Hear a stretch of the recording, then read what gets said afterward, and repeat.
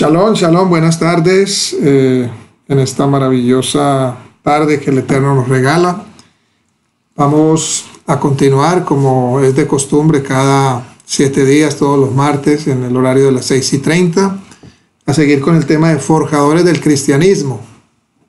Y hoy, pues, por la gracia de Hashem, allí tienen una imagen que explicaba de que es muy alusiva pues al tema que estamos compartiendo, porque de verdad que el Eterno en su infinita bondad pues nos ha llevado a cruzar, ¿no? A cruzar de un lado al otro, de una orilla completamente a otra orilla muy distinta, que es en el camino que estamos nosotros en este momento por la bondad de nuestro Padre Eterno. Entonces hoy vamos a continuar con otros 3 personajes de forjadores del cristianismo, personajes que tuvieron mucha influencia en la formación, por decirlo así, de la teología cristiana. Entonces, si nos alcanza el tiempo hoy, vamos a compartir sobre Constantino, la madre de Constantino, y Arrio de Alejandría. 3 personajes muy influyentes. Ya estamos en el capítulo 25, ya pues avanzando ya en este tema que hemos venido compartiendo ya hace algún tiempo. Entonces vamos a empezar con Constantino, dándole gracias al Eterno por permitirnos este espacio, las herramientas tecnológicas, sobre todo la vida, que nos ha dado vida en abundancia, y nos ha dado sabiduría, entendimiento y comprensión de su palabra. Muy bien, entonces siguiendo con el tema, vamos a saltar un poco en el tiempo a los principios del siglo IV, ¿no?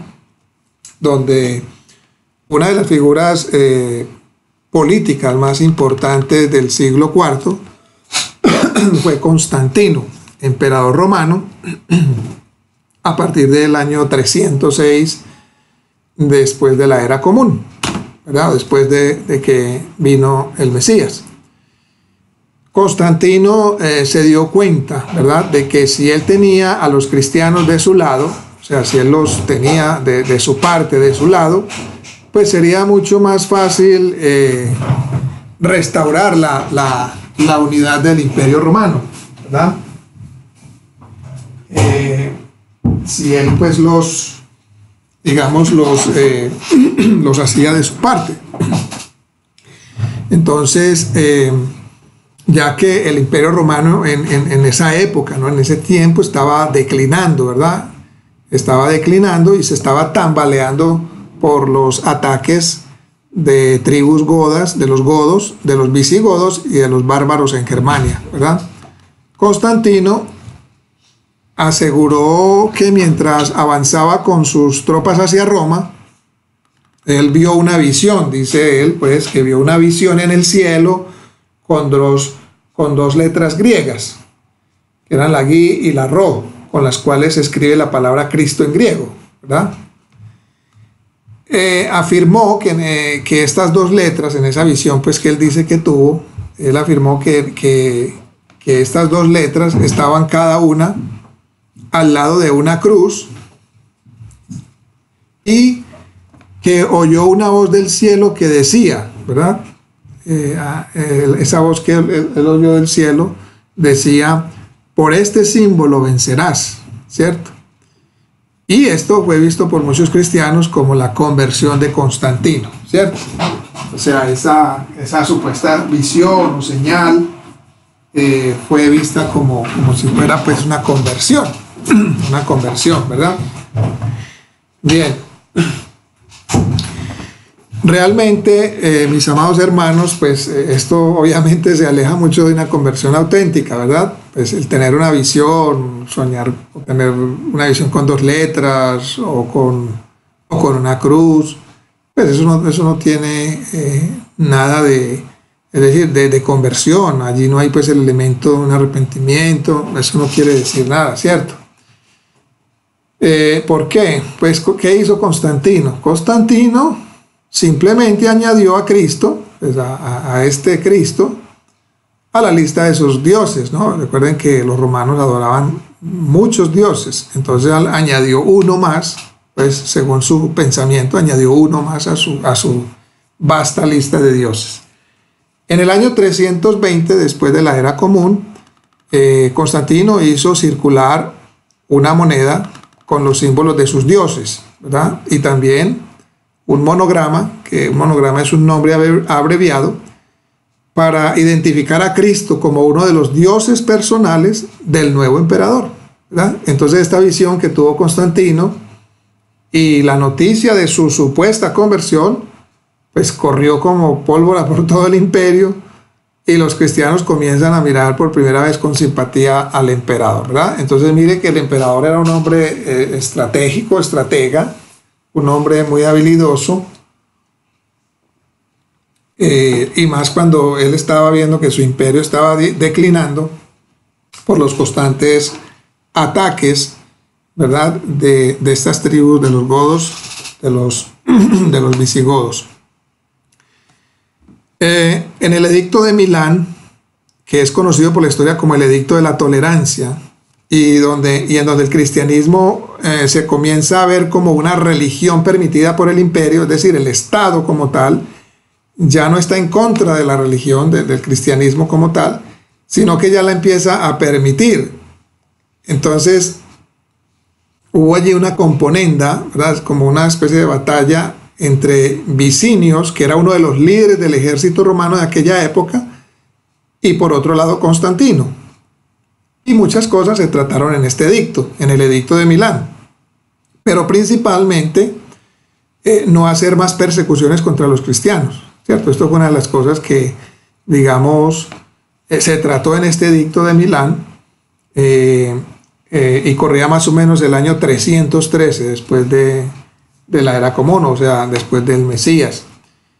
Entonces, ¿qué pasa? Que al desaparecer la persecución, pues los líderes cristianos abandonan la apologética. ¿Qué es la apologética? Es como la defensa, ¿no? La defensa de lo que ellos creían, y se concentran más en la hermenéutica. La hermenéutica es la interpretación, ¿verdad? Y comienzan entonces, mire aquí la sutileza, ¿no?, a ser invitados a tener cargos en el gobierno o en el imperio. Claro, como ya los tenían, digamos, de su parte, entonces el gobierno empieza a invitarlos a cargos públicos, ¿cierto? Ya sea en el gobierno o en el imperio. Entonces, debido al decreto de Milán, que recordemos que ese decreto fue conocido como el decreto de la tolerancia, que se firma en el año 313, como dije ahora, entonces el cristianismo empieza a florecer como una moda religiosa del imperio, ¿cierto? Y miles de paganos se hacían cristianos en masas, pero el problema es que ellos se hacían cristianos no por convicción o porque hubiera una contrición dentro de ellos, sino por tener el respaldo del imperio romano, ¿verdad? Allí es donde está el meollo de la situación. Sin embargo, ¿no?, algunos líderes de la época no vieron esto como una bendición, sino como un grave peligro que se acercaba a la iglesia, ¿cierto? A la iglesia en ese tiempo. Ahora, ¿cuál era el peligro para estos líderes? Que la iglesia, pues, se convirtiera en un hogar para todo el mundo. Y fue en lo que tristemente se convirtió. Por eso se le llama iglesia católica. Católica significa universal, ¿verdad? Y pues después del cristianismo, ya conocemos la historia, viene el protestantismo y viene todo lo demás, ¿no es cierto?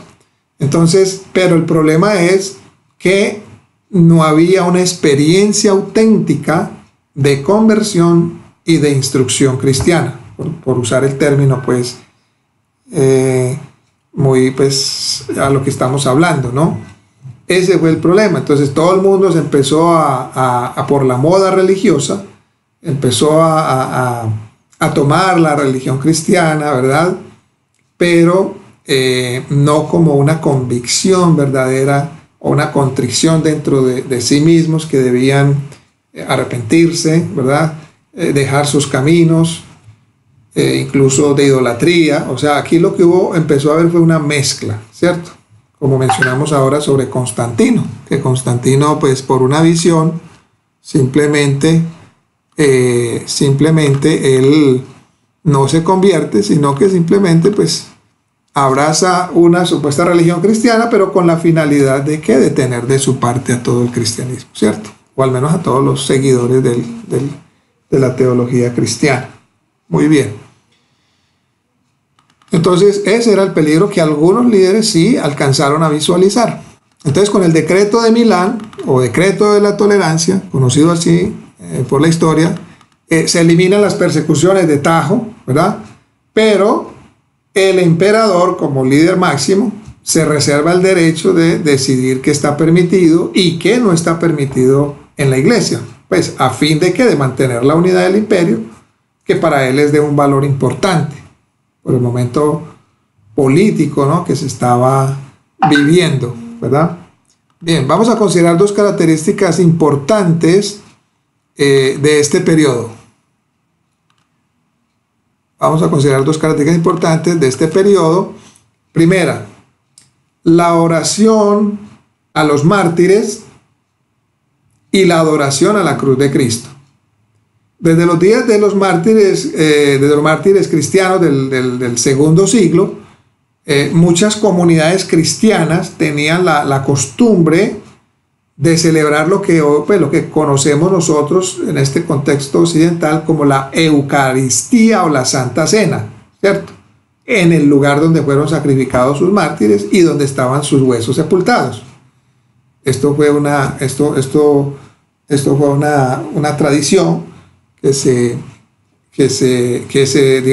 extendió en muchas comunidades cristianas, esta costumbre de celebrar una Eucaristía o Santa Cena, ¿verdad? En el lugar donde estos mártires habían sido sacrificados y en sus tumbas. Por todo esto, entonces, Constantino ordena construir nuevas iglesias sobre aquellos lugares donde había evidencia que habían sido enterrados los mártires cristianos, ¿cierto? Y esto pues trajo como consecuencia que se corrieran rumores que en las iglesias donde estaban los cadáveres de los mártires se experimentaban mejor la Eucaristía o la Santa Cena, ¿verdad?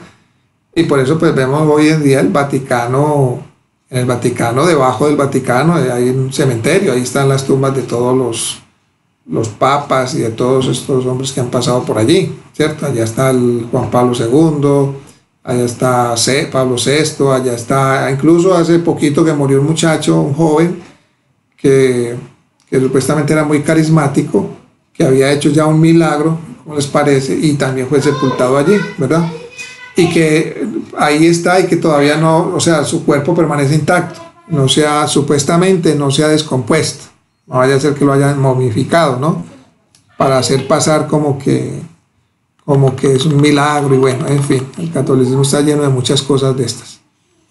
Bueno, ahora, ¿qué hicieron los obispos y los sacerdotes de las iglesias donde no había mártires enterrados? ¿Cierto? Sería la pregunta. Entonces, como los feligreses de estas iglesias se estaban marchando a las otras iglesias donde supuestamente había mejor experiencia en la Eucaristía, pues los sacerdotes y obispos comienzan a buscar los huesos en los sepulcros de los mártires y a traerlos a sus iglesias y enterrarlos nuevamente debajo del altar. Como es conocido por todos, pues el mercado se llenó de reliquias de todo tipo, donde la falsificación de las mismas, pues obviamente no se hizo esperar, ¿verdad?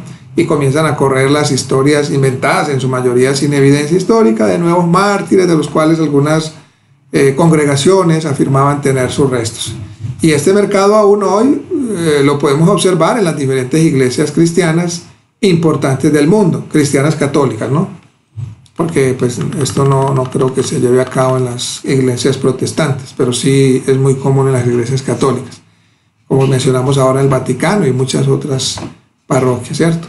De esto solo basta pues con ver la cantidad de reliquias extravagantes que podemos encontrar hoy en día, que el mantel de la Última Cena en la Catedral de Coria, el dedo y el hueso de la cabeza de San Lorenzo en la Basílica de San Lorenzo en Huesca, la leche de la Virgen María en la Catedral de Oviedo, la moneda de Judas Iscariote en la iglesia de Velilla del Ebro en Zaragoza, España, los pañales del Niño Jesús en San Marcello, Roma, una única paja o heno del portal del pesebre en Santa María la Mayor de Roma, el cordón umbilical del Niño Jesús en la iglesia de Santa María de Popolo, en Roma también, Y bueno, estos son solo algunos entre los millones que existen hoy en día, cuya lista sería pues interminable, ¿no?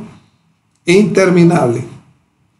Bien, otro rumor que se corrió es que los creyentes comienzan a recibir revelaciones de los mártires. Otros que habían tenido visiones cuando estaban comiendo el pan y el vino en el sitio donde estaban enterrados los mártires.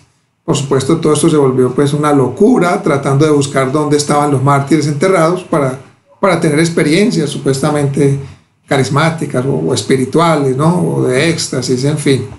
Algunos incluso dicen que oían voces, otros que hacían estatuas a los mártires los veían llorar, ¿no? Veían llorar las estatuas. Otros veían que les salía sangre, otros que oían cantos, en fin.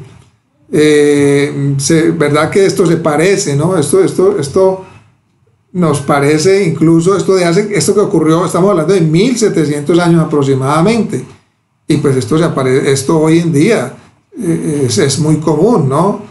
A acontecimientos que nosotros incluso hasta en las noticias vemos a diario, que el fulano, el santo de no sé dónde, la estatua lloró, que derramó sangre, que se apareció la Virgen en la pared, no sé cuántas, en fin. Todo esto ocurrió también hace 1700 años, ¿verdad? Entonces vemos pues cómo desde el principio la influencia pues de Constantino, el edicto de Milán, ¿verdad? Empieza allí como ya a amalgamarse, ¿verdad? Ya a fusionarse ya lo que es el cristianismo con el Imperio Romano, ¿verdad? Y pues de ahí en adelante siguió así hasta el día de hoy. Muy bien. Entonces tenemos ya cómo influyó Constantino, el edicto de Milán. Vamos a ver también en este momento la madre del emperador Constantino, que también tuvo su granito de arena, ¿no? En todo este proceso de sincretismo, ¿no? Sincretismo es de fusión o amalgamiento de varias religiones o doctrinas en una sola, ¿cierto? Entonces la madre del emperador Constantino se dice que fue hasta Israel a buscar los restos de los mártires. Recordemos lo que estábamos diciendo ahora, que en las iglesias era muy importante tener parte de algún cadáver de un mártir, o los huesos, ¿cierto? Los huesos de un mártir. Esto es muy distinto a lo que hemos visto en las parashá anteriores, como los huesos de Jacob, de Yosef, ¿cierto? Fueron trasladados de Egipto a Israel, pero es muy distinto ese contexto, porque ellos querían que sus huesos estuvieran en la tierra de la promesa, que el Eterno hizo a sus ancestros, pero no para que cenaran allí en los huesos, o para que hicieran allí una catedral o una sinagoga, un templo, nada de eso, absolutamente no tiene nada que ver. Entonces, la misión principal de esta mujer al ir hasta Israel, ¿verdad?, era encontrar donde había sido enterrado Yeshua, y que es donde lo que hoy en día se conoce como la iglesia del Santo Sepulcro, ¿verdad? Es donde ellos determinaron que fue enterrado Jesús, pues en este caso, ¿cierto? En Israel, en la iglesia del Santo Sepulcro. Entonces, en uno de esos viajes a Israel, la emperatriz, la madre de Constantino, confiesa que se ha encontrado un pedazo de la cruz de Cristo, ¿no? Y afirma que un pedacito de esa cruz, solamente tocando a un enfermo, lo sana, ¿verdad? Esto también es muy, muy, muy común hoy en día, y no solamente dentro del catolicismo, sino también dentro de algunas ramas de las denominaciones cristianas, ¿cierto? Por ejemplo, hay una rama muy conocida, Pare de Sufrir, ¿verdad? O el Espíritu Santo, algo así, Pare de Sufrir con el Espíritu Santo, en fin. Y ellos pues usan todas estas cositas, que el aceite de no sé dónde, que la tierra santa trae a Israel, que no sé cuánto, es la misma cosa, ¿verdad? Bien, por supuesto, en la escritura, en los escritos de los emisarios, vemos cómo, por ejemplo, cuando una mujer tocó el borde del manto, los tzitzit de Yeshua, salió poder de él y la sanó, ¿cierto? También vemos cómo dicen los Hechos de los Apóstoles que mucha gente fue sanada con la mera presencia de los discípulos, ¿cierto? Que incluso tocaban los pañuelos y eran sanados, pero esto es un contexto muy diferente. Es lo que tenemos que entender. Es el contexto muy diferente que se le ha dado hoy en día, ¿cierto? Porque hoy en día se le da el énfasis al elemento como tal, ¿cierto? Pero en ese tiempo, o sea, con los discípulos, con Yeshua, no es de esa manera, ¿sí? Sino que era el poder que había en ellos. Era un poder tan tremendo, o sea, un poder porque ellos habían santificado sus vidas, se habían apartado, ¿verdad? Se habían apartado totalmente, se habían consagrado al Eterno, y entonces el poder de Dios vino sobre ellos, el poder también de la resurrección a través del Mesías. Entonces, claro, ese poder salía de ellos, que inclusive pues lo que ellos tocaban, el poder, digamos, que permanecía allí, ¿cierto? El poder de Dios en ellos. No eran ellos como tal, no era el pañuelo lo que curaba, sino ese poder, ¿cierto? El poder, como el poder que salió de Yeshua y sanó a aquella mujer que tocó el borde de su manto. No es el manto como tal, el poder que había en el Mesías fue lo que sanó a aquella mujer, igualmente con los discípulos, ¿verdad? Esa es la gran diferencia. Bien, esto es bueno pues explicarlo para poderlo entender y no vernos nosotros o muchas personas de pronto cometiendo hasta idolatría, fetichismo, ¿verdad?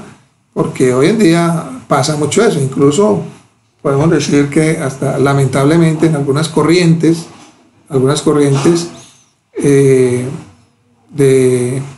no del judaísmo en general, sino algunas personas que se han vuelto así como, digamos, con seguidoras de amuletos y de cosas, pues están cayendo en esto, pero en realidad pues tenemos que tener mucho cuidado, ¿no? Por hecho que es judío, que no sé qué, no. Allí también hay cositas que hay que depurar, ¿cierto? Hay que depurar, porque también ha habido ciertas desviaciones como tal, ¿verdad? Muy bien, entonces esta mujer pues dice que se había encontrado un pedazo de la cruz de Cristo y que ese pedacito de la cruz pues sanaba a las personas. Como la cruz tenía poderes curativos, según la emperatriz, entonces comienza a mandar pedacitos de la cruz a todas las iglesias para que los obispos las usen para sanidad.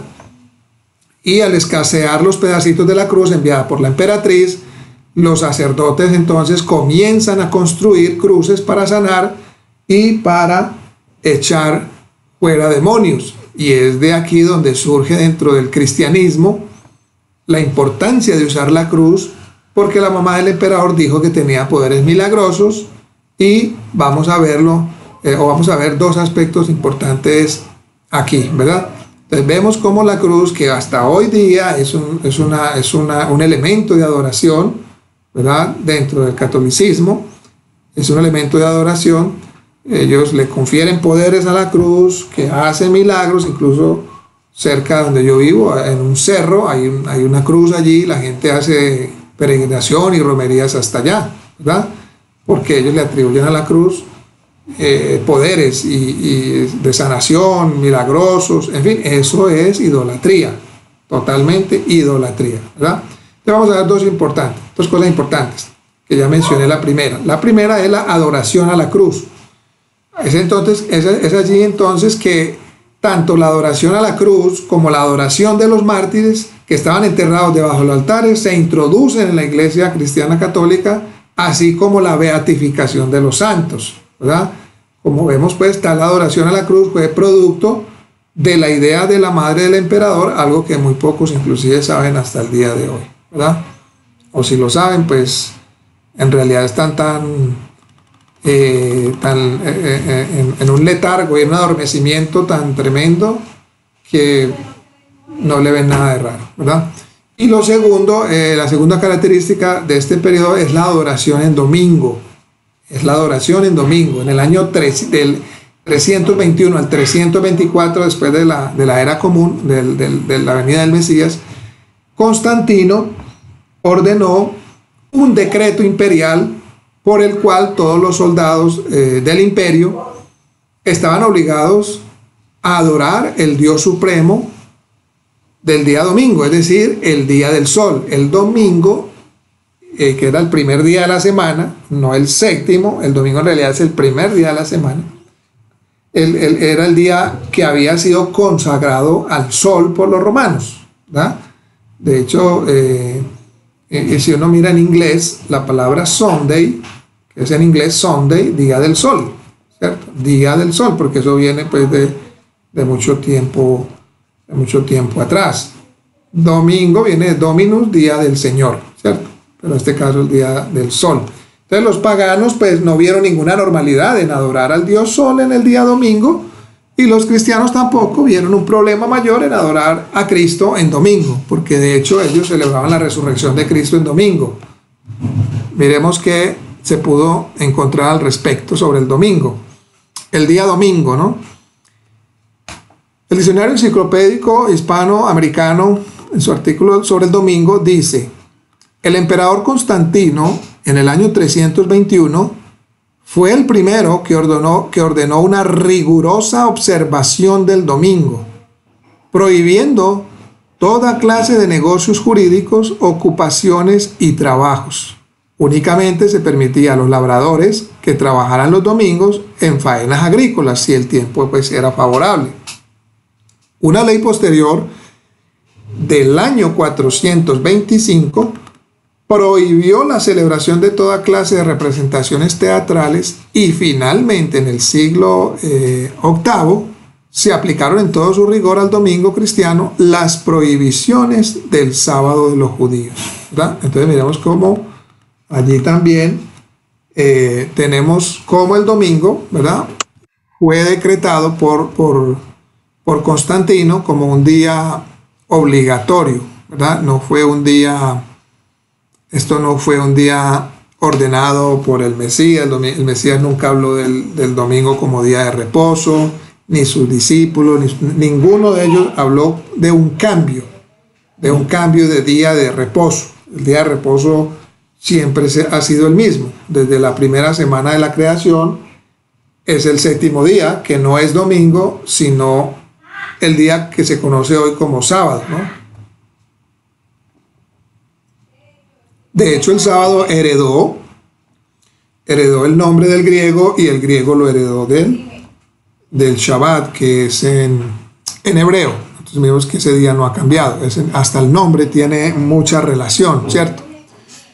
Bien, otro detalle que tenemos que tomar en cuenta es que la traducción al latín del término griego Kyriaki y Mera es Dominicus Dies, o dies, Dominicus dies, y las lenguas procedentes del Imperio Romano Occidental, como el español y el italiano, tomaron la palabra Dominicus como nombre del primer día de la semana, y de allí la palabra domingo, como les decía ahora, día del Señor, ¿verdad? Sin embargo, a la luz de uno de los evangelios, de uno de los libros escritos por los emisarios de Yeshua, en Marcos 2:28 y Lucas 6:5, está escrito que el mismo Yeshua, como hijo del hombre, afirma que es el Señor del sábado, ¿verdad?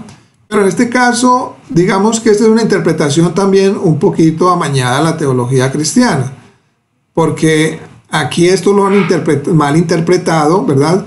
Y se han ido al extremo de decir, bueno, como Jesús es el Señor del sábado, ya no tenemos que guardar el sábado, no tenemos que, el sábado ya eso fue abolido, eso era de la ley, porque Jesús es nuestro reposo, ¿verdad? Y allí es donde está el problema de las interpretaciones, y donde se saca del contexto las palabras de Yeshua, porque aunque él haya dicho que el Hijo del Hombre es Señor del Shabbat, o del día de reposo, él no quiso decir allí que él, entonces, como él era el Señor del Shabbat, de hecho no se estaba refiriendo a él mismo, se estaba refiriendo al Hijo del Hombre, o sea, al hombre como tal. Es decir, que el Shabbat fue hecho para el hombre. Es decir, que el hombre, la integridad del hombre está por encima del Shabbat. Es decir, lo más importante, ¿verdad?, en Shabbat es la integridad, es la supervivencia del hombre, en el sentido de que, y él dio muchos ejemplos. Por ejemplo, cuando una persona estaba enferma, cuando una persona estaba en peligro de muerte, ¿verdad?, ¿qué era lo primero que se debía hacer allí? ¿Verdad? Entonces, velar por la vida de esa persona, ¿cierto? Entonces, por eso se dice que dijo él que el hombre, el Hijo del Hombre, está por encima del Shabbat, ¿cierto? O sea, que es Señor del Shabbat. No que el Shabbat fue hecho, no que el hombre fue hecho para el Shabbat, sino que el mismo Shabbat fue hecho para el hombre, es decir, para darle descanso en todas las áreas de su vida, aún en la salud, ¿verdad? Aún en la alimentación, cuando una persona estuviera con hambre, ¿no? Enferma, ¿verdad? Entonces, allí B2. hay que entenderlo. B2, ¿sabes qué es nivel B2? Sí. Hay que entenderlo en ese contexto, ¿verdad? Hay que entenderlo muy bien en ese contexto. Bien, entonces, cuando él afirma esto de que él es el Señor del sábado, el cual es el séptimo día bíblico, entonces algunos primeros cristianos sí observaban el sábado como día de reposo, mientras que otros se reunían para el culto del domingo. Sin embargo, en el año 363, las reuniones del séptimo día, o sea, del sábado, que conocemos hoy como sábado, que era el séptimo día, fueron prohibidas por el canon 29 del Concilio de la Odisea, ¿verdad? Entonces, ahí vemos pues cómo se empieza, digamos, a eliminar dentro del mundo occidental, del mundo cristiano, se empieza a separar aún más de las enseñanzas de las escrituras, de los dichos de Yeshua y de sus emisarios, porque ellos nunca hablaron nada en contra del Shabbat, ni pretendieron cambiarlo. Ellos eran judíos y como tal eran personas obedientes a la ley de Dios, a la Torá, y más Yeshua, para poder ser declarado como Mesías, él debía obedecer en todo a la ley de Moshe, a la ley de Dios, ¿verdad? Bien. Otro tema acá que hay que tener en cuenta, y es bueno mencionarlo, es el sínodo de la Odisea. Como todos los concilios de aquel periodo, estaban preocupados por recordar la adoración dominical, y el primero de estos concilios, siendo el concilio de Elvira en el año 300, el sínodo de la Odisea entonces recuerda a los cristianos a no judaizar, porque así lo enseñan las escrituras, ¿verdad? Entonces aquí hay que hacer un comentario. ¿Qué es judaizar? ¿Verdad?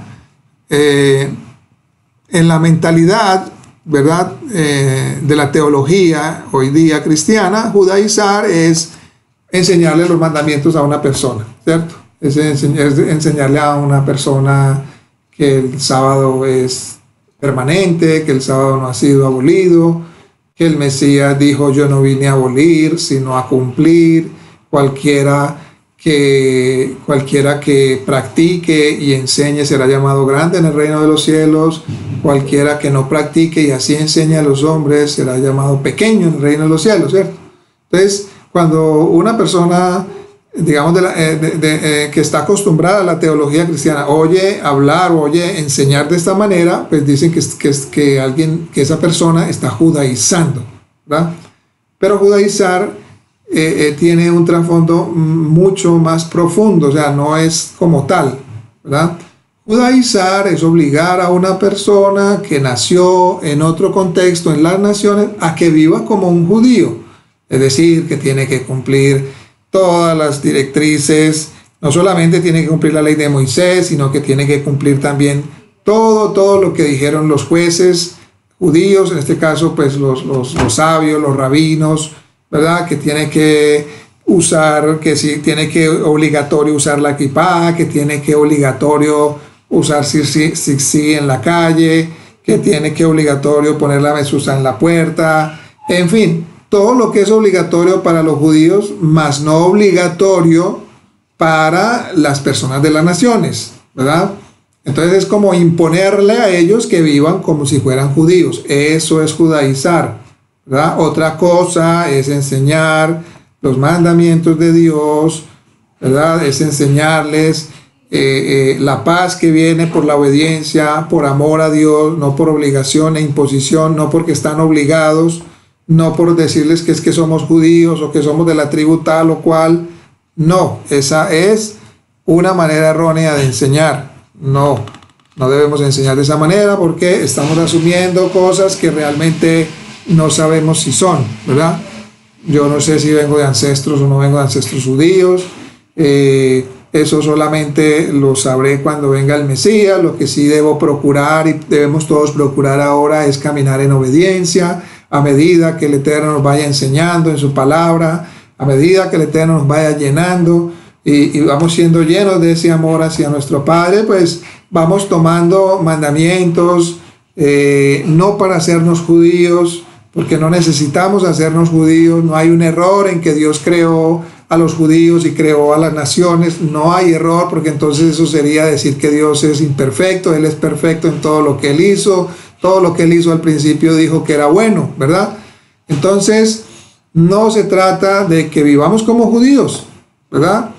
Ahora, que una persona siente un llamado a hacerse judío y tiene eso y realmente en su corazón palpita y en fin, muy bien, que tome entonces, ¿verdad? Que tome entonces las vías legales. Tiene que hacer un proceso de conversión ante las autoridades judías, ¿verdad? Si es un hombre, pues tiene que estudiar todo lo que compete a un judío. Si el día que sea examinado por la corte rabínica y es aprobado, tendrá que hacer el proceso de Brit Milá o circuncisión, la inmersión, aceptar sobre él el yugo de la Torá y de los rabinos como jueces naturales del pueblo judío, en fin, ¿verdad? Pero todo lo tiene que hacer como bajo una autoridad. No es que yo diga, bueno, me circuncidé hoy, qué bueno, fui del médico, me circuncidó y ya me hice judío. No, eso no opera así, ¿verdad? Eso no opera así. Entonces, nosotros en las naciones, el que no es judío, que no es de padres judíos, no necesita, no está obligado a hacerse judío para ser aceptado delante de Dios, ¿verdad? Cada uno tiene su rol, el judío tiene su rol, su función en el mundo. Nosotros tenemos también nuestra función en el mundo, ser colaboradores del Eterno para que el mensaje sea llevado a todas las naciones, ¿verdad? Bien, entonces el Cano 29, que limitaba la judaización entre los cristianos, incluía el no descansar el día de Shabbat, pero limitaba a los cristianos a honrar al Eterno. Entonces el concilio de Calcedonia en el año 451 aprobó el canon de este sínodo, haciendo de este un canon ecuménico. Ecuménico es decir, una unidad, ¿verdad? Una unidad entre todas las vertientes y corrientes cristianas de aquel tiempo. Entonces, mis amados hermanos, bajo la influencia imperial de Roma, la adoración al sol y la adoración a Cristo, el domingo, que es el primer día de la semana, se fusiona y se impone en el imperio, ¿verdad? Y recordemos algo, que el emperador romano siempre se consideró el sumo sacerdote del imperio, y el título papa para finales del siglo VIII se emplea solo para los romanos pontífices. Por lo tanto, cuando Constantino declaró haberse convertido al cristianismo, él se veía a sí mismo como el santo pontífice del imperio romano, y consecuentemente él continúa haciendo sacrificios a sus dioses, incluyendo un nuevo dios para él, que era Cristo, ¿verdad? Cuando Constantino muere en el año 337, después de la venida de nuestro santo maestro el Mesías, entonces el Senado romano lo declara divino y es considerado como uno de los dioses de Roma. Entonces, mis amados hermanos, estudiar la doctrina de la Trinidad sin conocer el trasfondo político en el cual surge y en el cual hemos venido hablando a través de las diferentes exposiciones, pues es un grave error de interpretación histórica, ¿verdad?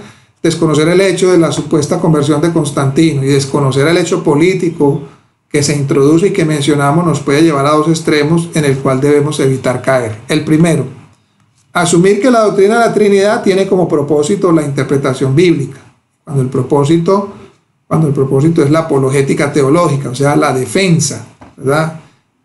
Y segundo, asumir una actitud condenatoria y radical de aquella doctrina construida por los líderes del cristianismo.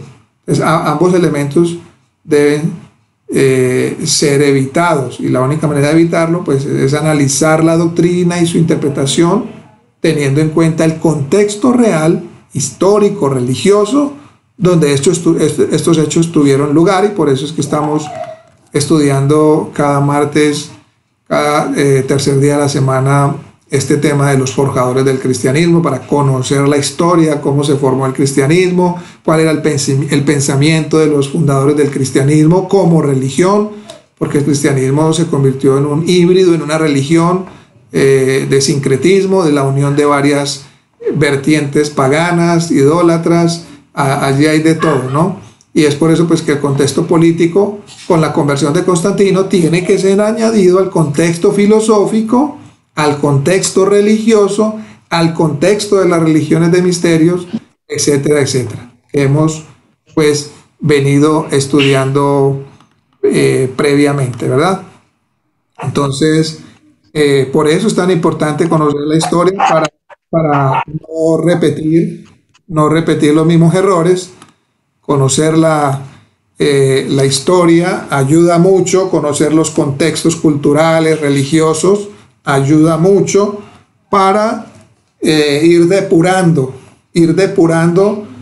todos esos dogmas, todas esas doctrinas con las cuales nosotros también hemos arrastrado, ¿verdad?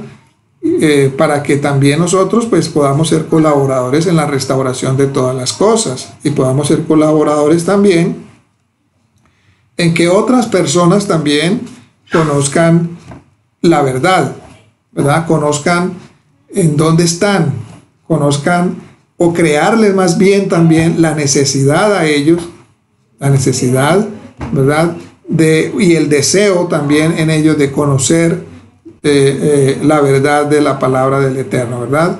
De conocer la palabra del Eterno, depurada, sin tantas interpretaciones, sin tantos dogmas religiosos e incluso paganos, como hemos venido pues estudiando en todas estas sesiones de los martes, ¿verdad?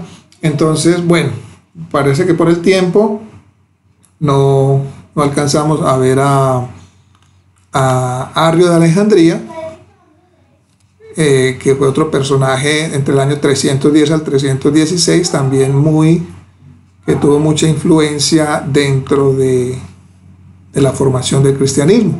Entonces lo podemos dejar para el otro martes. Arrio de Alejandría, el concilio de Nicea, no se lo pierdan, y si nos alcanza el sínodo de Antioquía, ¿verdad? Muy importante conocer todos estos concilios, estos sínodos. Luego veremos el sabelianismo, los capadocios, Agustín de Hipona, que tuvo mucha influencia también en el cristianismo, Nestorio de Constantinopla, y el concilio de Calcedonia, también muy importante, porque allí se definieron muchas cosas, bastante. Allí en el concilio de Calcedonia fue donde prácticamente se selló la doctrina de Cristo como Dios, como el Padre, ¿no? Allí en el concilio de Calcedonia, ¿verdad?